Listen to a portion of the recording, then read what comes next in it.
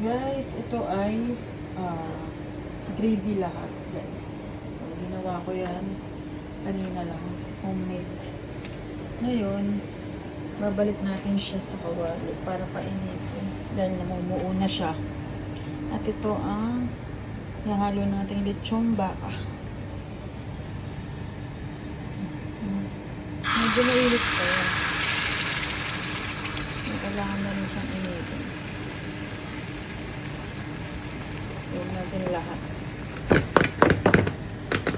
Lapot na na. Dagdagan natin ng tubig. Ano guys, social, ang lalaki pala ng tipak kasi nito eh. At meron pa tayong soup na natira na nakaraan, no? Iinit ko. So, ito na siya nung hinalo natin guys. Parang pang restaurant na. Pwede na. Hinalo natin siya guys para uminit din yung laman. Hindi lang yung gravy.